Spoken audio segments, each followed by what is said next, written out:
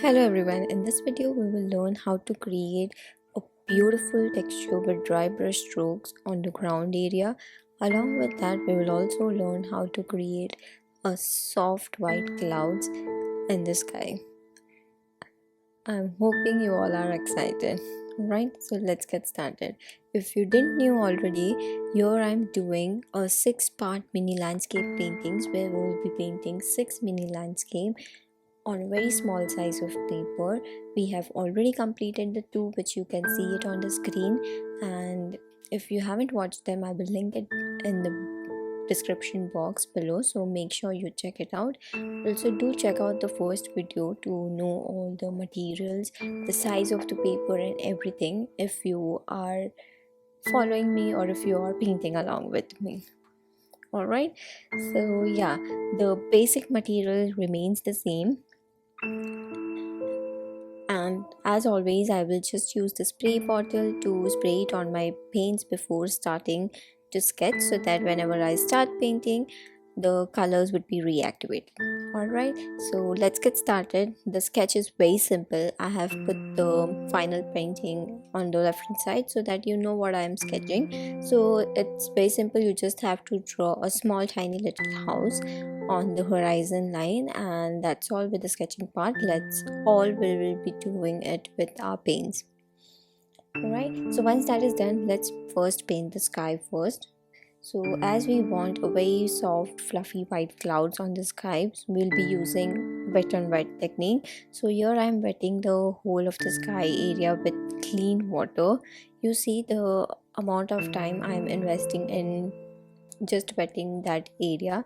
I am moving my brush up and down, left and right, to make sure that all of my sky area is evenly wet with clean water. So do take your time, because if this step is right, the second step of applying the paint on the paper would be very easy. Alright, so yeah, once I have applied clean water, I will take very light value of ultramarine blue and I will start applying that paint, leaving huge white gaps in between. Those white gaps would be our clouds, and as a paper is still wet you will see that you won't get the harsh edges around the blue. Now while the sky area is still wet, you need to paint the bushes around the house. So what I'll do is I'll take a very light value of green color and I'll start applying it around the house. You'll see that the color would blend a little bit with the sky, giving you the softest looking edge, and this is exactly what we want. That's the reason we are painting it while the paper is still wet. If you are enjoying this video and if you want to learn more about watercolors in depth, then I have 8 amazing classes on Skillshare where I'm explaining everything in depth. So if you are really interested in learning along with me, then do check it out. I will link all of my Skillshare classes in the description box. Also, if you are not on Skillshare and if you'll join using the link which is there in the box, then you will get 1 month of free access to all the classes. So don't miss out on that opportunity of learning for 30 days for free. Alright, so yeah, while I was talking about that, we painted the foreground part. I started with very light value of yellow, and then in between I applied a little bit of yellow ochre to create a bit of texture. So while the foreground part is drying, let's move on to painting details around the house. So I will take the green color and I'll start adding the trees and a little bit of darker green value around that. It's very simple. Load your brush with green color, hold it at almost 80 to 90 degree angle, and all you have to do is create thin and thick strokes to make it look like there are different sizes of trees there. You don't need to be perfect. Alright, now let's add a bit of texture in the foreground part. My area has completely dry. What you can do is you can take your smaller brush, load your brush with paint, remove excess paint on the tissue, and now rub your brush onto the dry paper and you will see that it will create this beautiful dry brush strokes on the foreground part. Do it with different yellows, that is start with cadmium yellow or yellow ochre, and then do it with a little bit of more darker color, that is burnt sienna or lunar blue or burnt umber. Alright, once that is done, now let's paint the roof of the house.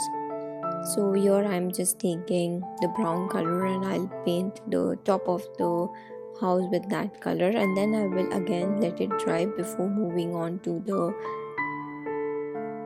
other house part. And while that is drying, I will create few grass strokes with a little bit of green and brown color on the foreground part, and then again I will move on to painting the house area. I don't want my house to be of any color, so here I'm just adding a little bit of shadow around the roof to create a bit of dimension, and that's all. So I'm taking very light value of that paint and I'm adding it around the roof to create a bit of shadow. So we are almost done with the painting. A few more steps and it will be done. One is to add door to our house, and other important thing is to add a little bit of darker value below the house, and you will see once I will add that it will instantly feel like the house is on top of the ground, and that step is so important. It will create a bit of shadow and it will also make it look like the house is above the ground. You can see that, right? So again I'm using the same dry brush strokes to create that darker value below the house. All right, and we are done. I'm hoping you all are enjoying this series. It's a quite quick 15 to 10 minutes of painting. You can just take out your paints. Doesn't matter what colors or what paint you have, it's like you just have to take 10 minutes of your time to relax and enjoy the process of painting. That's all. Believe me, just join me for one painting and you will enjoy it so much that you wouldn't stop painting a lot. So that's all for now. If you're painting, then do post it on social media or just share it with me. I will post all my social media links in the description box below so you know where to find, and I'm really excited to see your work. So yeah, do paint when you have time. Alright, so I'll see you guys next week with another small painting. Bye.